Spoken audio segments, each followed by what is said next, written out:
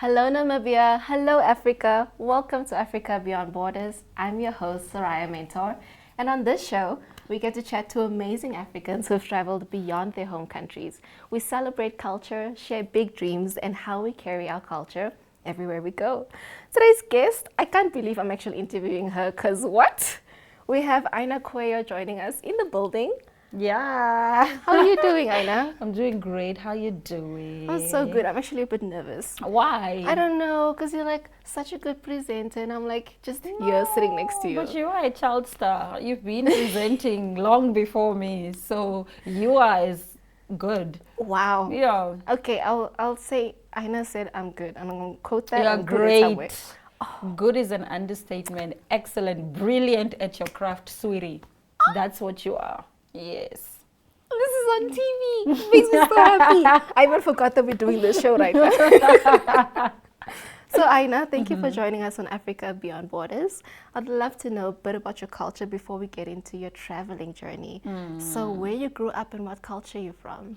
No, I grew up in the north, so I come from the north, Oniipa particularly, from a small village called Omadia.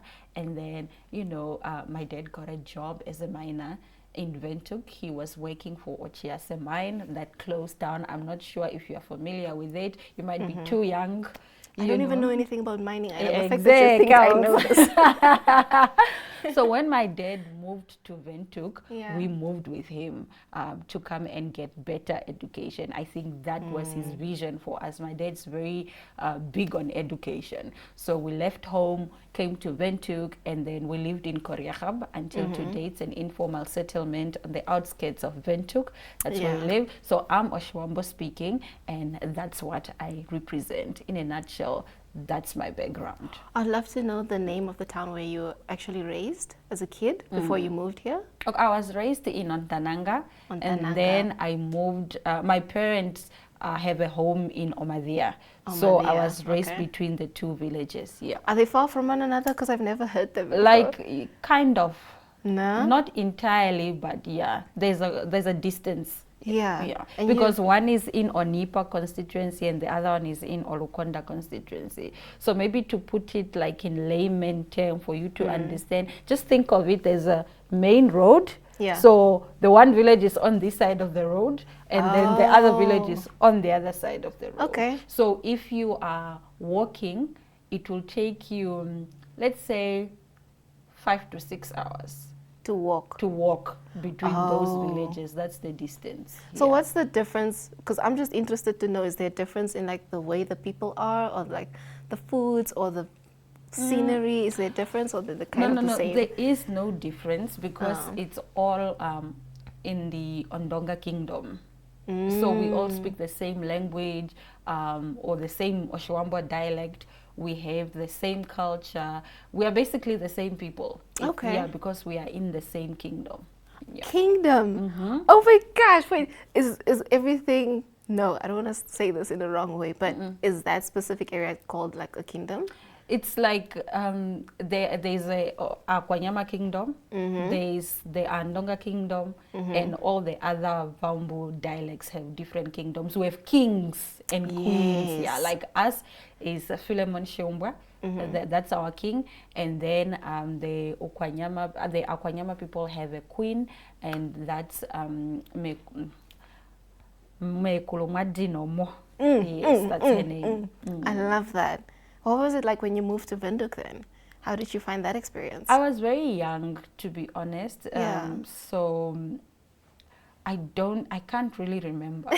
I think I was grade 5 or grade 3. Yeah, grade 5 or grade 3. I can't really remember. I don't remember much of my childhood, but I can't even think of the transition. For me, it was just like, oh, I'm going to Windhoek. There's that excitement, and started a new life. Started a new life, and I was raised by my dad, or I lived most of my life with my dad. Yeah, because we left my mom in the village, and then we came up here. Do you still visit your mom though? I do. It's like a ritual. You have to go home every single December, and somewhere in between the year, you have to go home. Yeah. What's home like for you when you leave Windhoek and you go back home? What is that like for you? It's such a beautiful feeling to just see family you know, have fresh air. Ooh, You know, yeah, I understand what you mean. Nothing beats like the farm air. Just and the yes. water is delicious in the north. Really? You know, it's And not the it rains there, I'm same. assuming, more than the south now. It does rain, but you know, we've been experiencing drought these years. But yeah, we do get a good amount of rain. Yeah. I think this year we'll get a lot of rain, and it's a beautiful feeling to go back home. You know, visit everyone, see everyone, do eat pap together as a group. You know. Go cultivate mahangu, all these things that we do in villages, the things that bring us together as a people, the things that unify us. Yeah. I'm actually so interested to find out about your journey into media presenting and that entire experience for you. But I do want to get into the countries that you traveled to firstly, which was South Africa, Johannesburg, to pursue studying, period. Yes. She's educated. Highly educated. Highly. Take us through that year that you traveled to and why did you make that choice? So in 2018, I went to school in SA. I went to Joburg. I lived in Randburg. So me and my friend, Naliche, a very talented girl, we picked up our bags and we said, let's go pursue TV presenting. And you did this with your friend, like you guys were in the pack? We did this with that is such strong friendship. I did this with my friends. So we convinced our parents and they paid. It was very expensive. They paid, they covered our rent.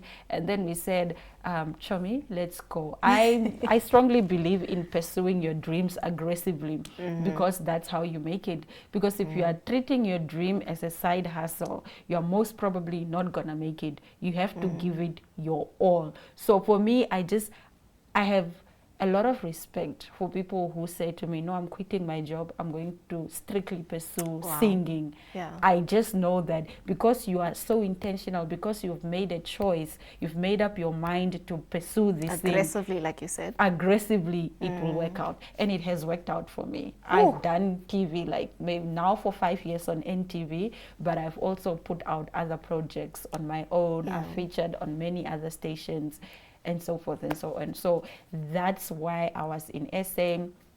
We went to a TV presenting school. It's called On Cue. On Cue? Yeah, that's so catchy. That's where Bonang went to. Oh, period. That's why we're so good.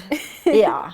Yeah, On Cue. And this was a period for how long? This was a period for 3 years. So it's like 3 months, sorry. It's like a course that you do. And then they plug you in the industry. I remember during our time, we went to Super Sports. We had the opportunity to interact with, you know, all these big names. I was taught by Bloom Bobo, Candace.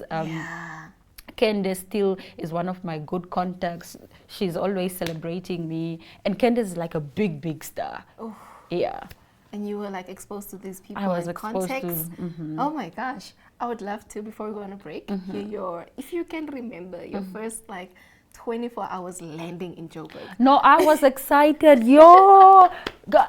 I was mostly excited because I was with someone that I know and somebody that I liked. Because I was like, man, I have support. I wasn't homesick because, you know, this is home. There is home next to me. So I think going in Joburg, what we first did, we went to McDonald's. We just had to. That is such a Namibian thing. We just had to go to McDonald's and go try it out. And how did you find it? It was good. It was delicious. Good. Yeah. No. Very good. The fries are. I tried almost everything on their menu because I was just like, how? Was this at the airport or like after? No. When we got into the city, when we settled. And we're staying with some very hospitable French people. They were so good to us. So random. Foreigners staying with foreigners. It was so random. But I think we're all over the place. First, we're paying, I think, 7K for rent each. So we're like, no, man, show me. We can't make our parents pay this much. So we moved out. And then went to another place where we're paying like 4K, but we didn't like it there. So then we moved out. So in those 3 months, we're at different places. Yeah. We're different places, different locations. but it was good while it lasted. Oh, I absolutely love that. I want Yeah. to tap into the French people, more food stuff, and your schooling experience as well. Okay. We're going to go on a quick break, guys. We know you love what you're hearing and seeing. Stay tuned.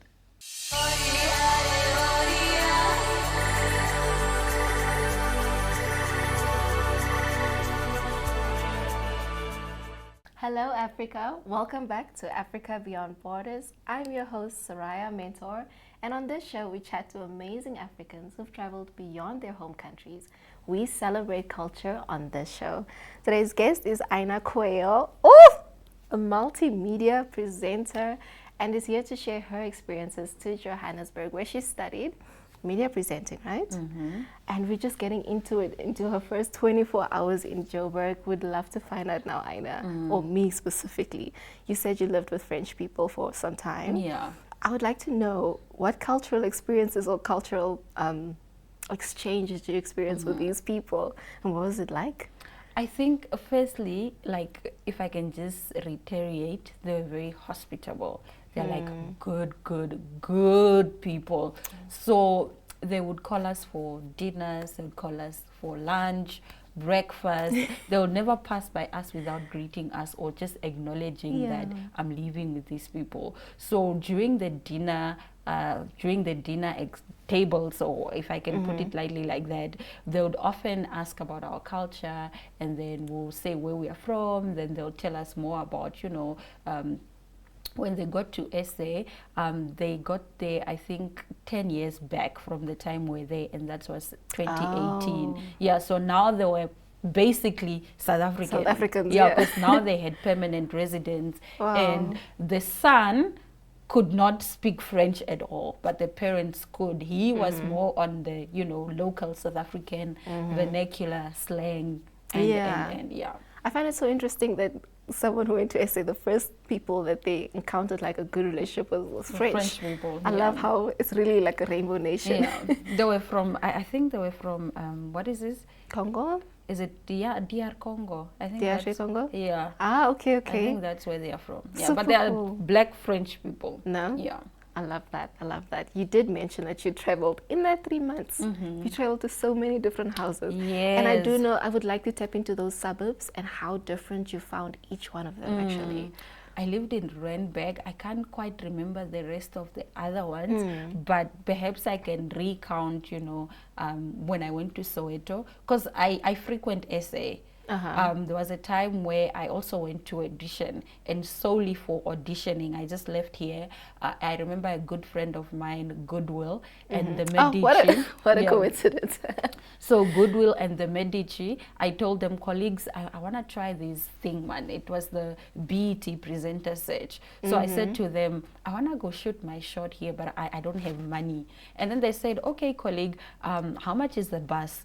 Take a small bus like this, Kumbis, or we call them CIS now. Take that small bus to Joburg, and then just go shoot your shot. So they hooked me up with $1,000, and then another 2,000 I had Zula'd elsewhere. So now I had $3,000. So I went to SA. I took, literally, I had the bus was 900 to go to Joburg and to come back. So the 2,000 is gone. Another 200 was for me to buy something on the road, like maybe a pie or something. So then I had the 1,000 left, and that's how I was going to move around, Joburg.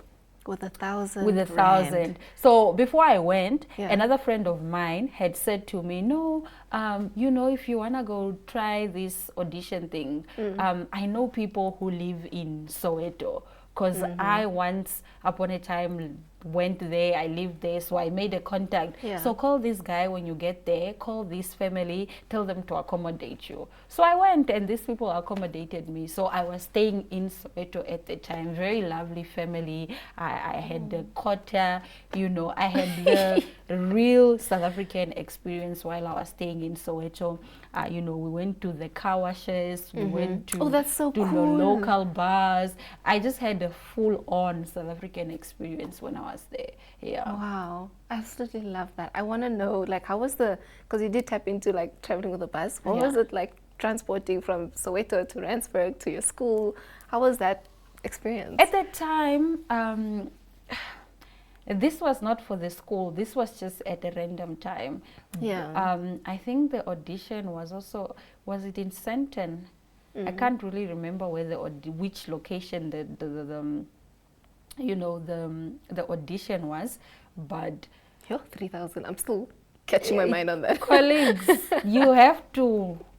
She went from paying rent 7K per month to hustling in No, Joburg. but I think the distance and the traveling is the same. It's the same experience that I had. Yeah. You know, you go on the bus. Like, I come from Korea, but I know how to navigate myself in the hood.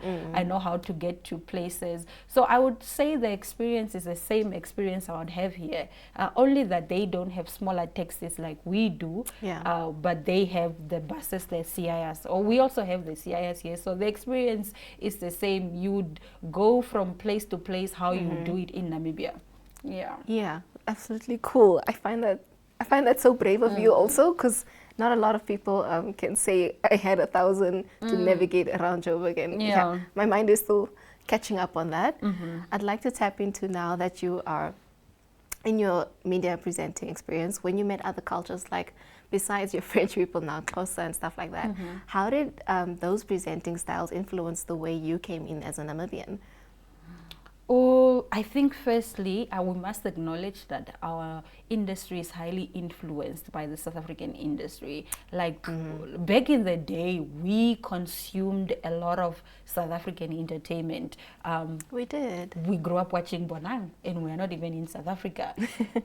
We grew up watching the Pearl 2Cs and. So for me, it's not so hard to sound South African or to pretend to be South African, or to even insert some slang, South African slang into my link. It's not rocket science, because this is what we are exposed to. So it wasn't hard, but I stepped away from sounding like anyone else. I don't like to sound like, I sound strictly very Namibian. Very, very Namibian. Very Aina. Yes. So I try not to like have a lot of influences, because that takes away from your personality and who you are. If I'm not South African, I'm not going to go above and beyond to sound South African. I will sound what I am, and that is Namibian. And also these platforms that I was auditioning for, they were international platforms. It was BET Africa. Yeah. I wasn't just appealing to a South African audience. I would have had Kenyan people watching, people from Ghana, people from Nigeria, Tanzania, everywhere else. So I did not feel the pressure to strictly sound South African. Yeah. I love that. That actually inspires me to be true in my Namibian Nama Chimbundu side. Be within. Yeah, absolutely love that. You're inspiring me so much. I would like to shift gears now a bit to a day in the life. Do you remember one experience you had in SA that was just like the highlight of your day? I had so many. Oh, that's great. I had so many. Which one can I tell you about? I'm sure it was been so fun. I fun. recall now. I have to. A day in my life in Joburg was so busy. What is this hub where Central Joburg? Okay. There's this hub for students. I'm forgetting the name. I heard of it, but I can't remember the name. You can't remember the name, but you know what I'm talking about. I get you. There is this central hub where like all students stay. So I would then finish, because OnQ was in Randburg. It was closer to Super Sports, I think, at the time, if they have not moved. So from OnQ, we would then go to that area, that Central Joburg CBD. Somewhere there. Somewhere. Yeah. So, and it was a hub of everything. Yeah. All students were there. You would meet Namibians there. Yeah. You would meet all kinds of people in that central hub. So we'd spend our days there, man. Would go after class. You guys after just class. go We'd go there. We go chill. You know, you'd meet celebrities there. Yeah. It's very. I think it's Maboneng. Is it not Maboneng? Very popular. So we will spend our time there, and there you would meet creatives. And after that, I also had a lot of agency castings or agency meetings. So I was really there to like, you were there to let people know network you. and put myself Yeah. out there. So at the time, I would frequent agencies. I think I went to like maybe 10, like just auditioning. Yo. So that was what I was busy doing, you know, going for photo shoots, you know, Yeah. submitting my pictures. This is insane in the span of 3 months. Yeah, that's what you need. Because like we said, Chomi, we are not going to go back. You and your friend were serious. We were very serious. We said, Chomi, we're not going to go back. Because we only had 3 months. Because we basically didn't have a visa. Because you can stay there for 3 months without a visa. And then after that, you now need to get a visa. But we went in like actual school. So we couldn't get a study visa. Yeah. You get. Yeah. So we had to make things Soaking happen. up the moment. So we were mostly busy working. We're mostly meeting casting directors, just introducing ourselves, Yeah. doing photo shoots. We're working, going for auditions. You know, Sure. we had a little chilling time. We could chill, but we had a little chilling time. And like you said, like you guys as parents were investing so much money. So Yes. already you're like on this, Yeah. the money has to be worthwhile, you know. And the passion, like you said, Yeah. passion, absolutely love it. Before we say goodbye to our viewers, Yeah. I'd love traveling tips for someone who's going to Joburg for the first time. Maybe like if I was to go to Joburg tomorrow, Yeah. what would you tell me do's and don'ts? Have money. Okay, okay. Know that at the airport, do not let anyone carry your bags. You know, I'm such like I'll be like, okay, yeah, thank you for helping. I'll just give my bags. No, because even like when you're going to put your bags in the car or don't let anyone touch your bags and put them in the car, load them in the car for you because they'll charge you for that. And What? Yes, they charge for that. And like, it's random, guys. You'll think they're so friendly, and then you'll go give them a $10, and then they'll insult you like, how can you give me a $10? They expect you to give them like a 200, 300, like, 200 you know. Yeah, so don't do that. Yeah. Also, always have your live location on. Send your location to someone for safety. Yeah, always have your live location on. Anywhere in the world, I think always have your live location That's on. a good tip. Have an eSIM. What's an eSIM? Like you don't need a physical SIM card, like a SIM card that you don't need to register in that particular country. Like, Wait, the eSIM SIM cards? yes, the eSIM SIM Can I card. buy it in Namibia? MTC introduced, launched on Friday their eSIM Oh, that's so services. cool. So you just need to scan a QR code and Yeah. then you activate it on your phone so that when you go to other countries, we can reach you. You know, your number doesn't you don't have to be off air or That out of is so contact. cool. Yeah. And then you just like Paratas recharge has- it? Yeah. Do you recharge it with like airtime? You can buy, maybe if I go to Like you can SA? swap your card that you have now. You Uh-huh. can swap your old SIM card for an eSIM. Then you don't need, yeah. This is random, new, great information that I'm getting right now. Okay, I'm loving these tips. Yeah, so do that. Have an eSIM for easier navigation at airports, you know, so you can still be reachable. Yeah.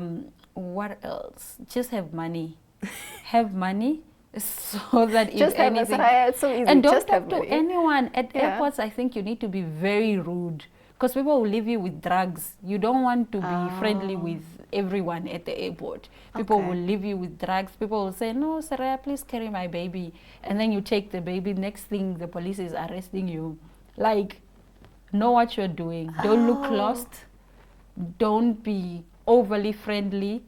And just, yeah. I'd rather ask the Security? the securities or airport personnel if you are lost than random people. Sure. Yeah. I absolutely love those tips, Aina. Yeah. Unfortunately, we don't have much time. I would just want to say thank you for sharing your story and your culture around the world. Like, I absolutely love listening to you. You're welcome. Thank you very much for having me. I had the most fun talking to you. And like I said, gorgeous. You held down this conversation So I'm trying to compose myself right no, now. really, you did amazing. You're a great host, great presenter. Oh, thank you so much, Aina. This is on TV. Okay, anyway, let me say bye to you guys. Join us every Monday at 8:30 p.m. on DSTV, channel 285, GoTV, channel 25, and you can stream every episode on oneup2.com. This is Africa Beyond Borders, and we'll see you guys.